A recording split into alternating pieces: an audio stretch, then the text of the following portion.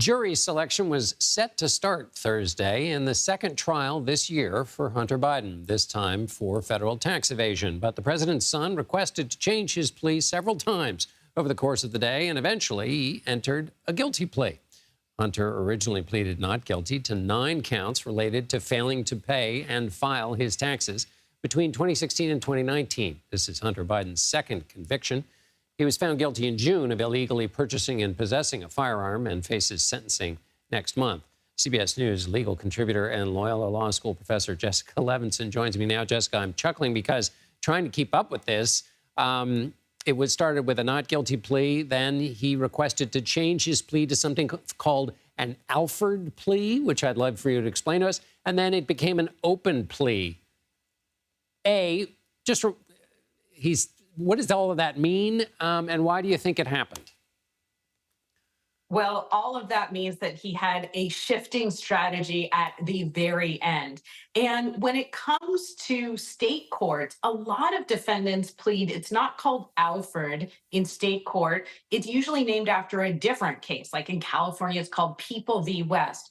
But what it means is basically no contest. And it has exactly the same implication as a guilty plea. But it allows the defendant to say, okay, I see you have a lot of evidence, but I'm not admitting guilt. But whatever happens after that, the sentence, it has exactly the same effect. So I was speaking to my friend who's a prosecutor earlier, and I said, in state court, have you ever seen a judge say, I'm not accepting a plea of no contest, or in California, again, at People v. West? And he said, yeah, one time in 15 years. So what was happening was largely not actually, I think, legal. It was political. They wanted to give Hunter Biden some ability to save face.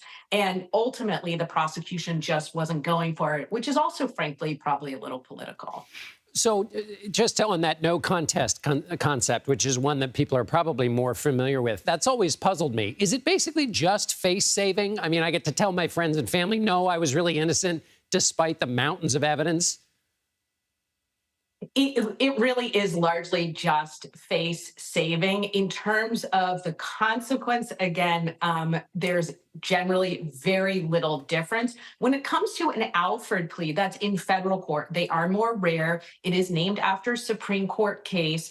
And when it comes to federal prosecutors, they are generally averse to that. They want what Special Counsel Weiss said today, which is, look, he did this, we have enough evidence, and we want to hear it in open court. But in terms of the legal consequence, it's largely about saying, well, I pled no contest, I didn't plead guilty. And so finally, on the legal consequence, what kind of punishment could the president's son be facing?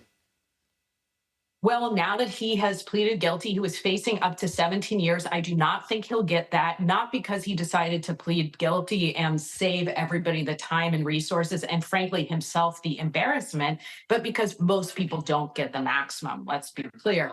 And so when it comes to this, a nonviolent crime, when the judge who's sentencing knows that he ultimately did pay back the money, I think we're going to see something substantially less than 17 years. This is not a first-time offense. He was convicted of the gun charges, but exactly where we see that, I think every federal judge in the world would say the judge has discretion.